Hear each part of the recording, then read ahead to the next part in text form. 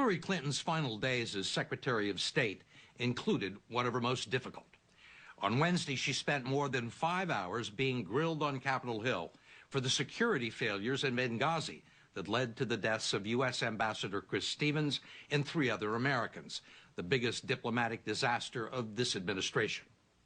The accountability review led by Admiral Mike Mullen and Ambassador Thomas Pickering found, among many failures, that Stevens' repeated requests for better security never made it to Clinton's desk. And representatives and senators pressed her on whether the administration covered up the nature of the terrorist attack. The fact is, we had 4 dead Americans. Was it because of a protest, or was it because of guys out for a walk one night who decided they'd go kill some Americans? What difference at this point does it make? It is our job to figure out what happened and do everything we can to prevent it from ever happening again, Senator. I want to talk about the hearings this week. You had a very long day. Also, how is your health? Oh, it's great. It's great. Now, you know, I still have some lingering effects from falling on my head and having the blood clot, but, you know, the doctors tell me that that will all recede, and so thankfully I'm, you know, looking forward to being at full speed. Right. I notice your glasses are... Yeah, I have some lingering effects from the concussion that are decreasing and will disappear, but I have a lot of sympathy now when I pick up the paper and read about an athlete or one of our soldiers who's had traumatic brain injury. I'd never had anything like that in my family, and so, you know, I'm very conscious of how lucky I was. You said during the hearings, I mean, you've accepted responsibility. You've accepted the very critical findings of Admiral Mullen and Ambassador Pickering. As the New York Times put it, you accepted responsibility but not blame. Do you feel guilty in any way, at a personal level? Do you blame yourself that you didn't know or that you should have known? Well, Steve, obviously I deeply regret what happened. As I've said many times, I knew Chris Stevens. I sent him there originally. It was a great personal loss to lose him and 3 other brave Americans. But I also have looked back and tried to figure out what we could do so that nobody, insofar as possible, would be in this position again. And as the Accountability Review Board pointed out, we did fix responsibility appropriately, and we're taking steps to implement that. But we also live in a dangerous world. And, you know, the people I'm proud to serve and work with in our diplomatic and development personnel ranks, they know it's a dangerous and risky world. We just have to do everything we can to try to make it as secure as possible for them. I think, you know, one of the things that humbles you as president, I'm sure Hillary feels the same way as Secretary of State, is that you realize that all you can do every single day is to figure out a direction. Make sure that you are working as hard as you can to put people in place where they can succeed. Ask the right questions, shape the right strategy.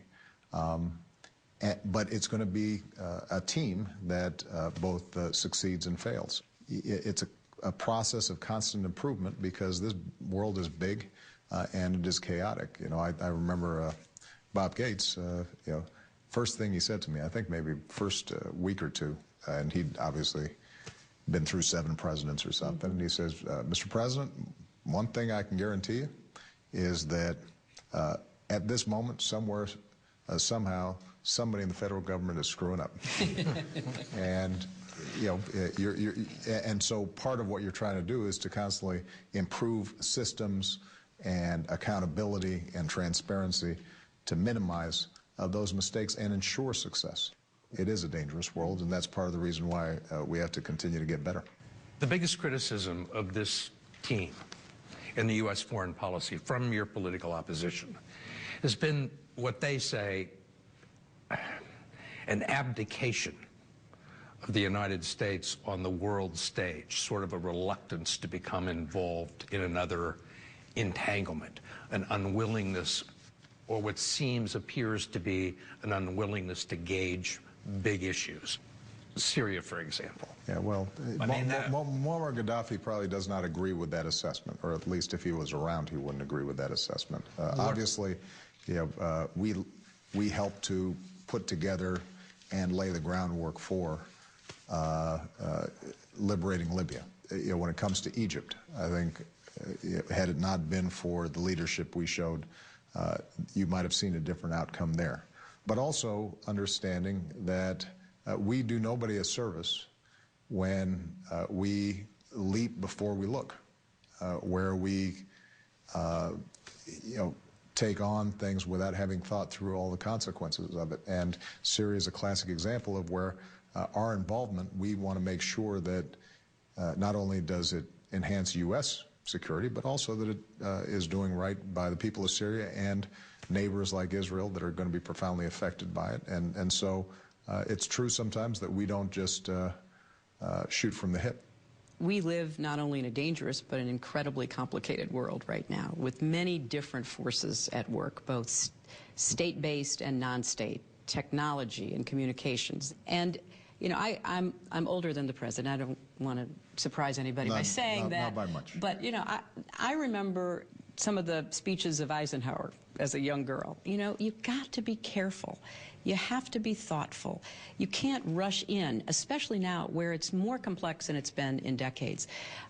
So yes, are there what we call wicked problems like Syria, which is the one you named? Absolutely.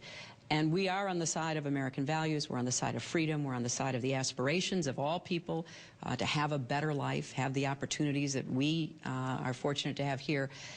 But it's not always easy to perceive exactly what must be done in order to get to that outcome. So, I certainly am grateful for the president's steady hand and hard questions and thoughtful analysis as to what we should and shouldn't do. There are transitions and transformations taking place all around the world. We are not going to be able to control every aspect of every transition and transformation. Sometimes they're going to go sideways. Sometimes there will be unintended consequences. And our job is to, number one, look after America's security and national interest. But number two, find where are those opportunities where our intervention, our engagement can really make a difference, and to be opportunistic about that. And that's something that I think Hillary has done consistently. I think the team at the State Department's done consistently. And that's what I intend to continue to do over the next 4 years. Thank you very much. All right.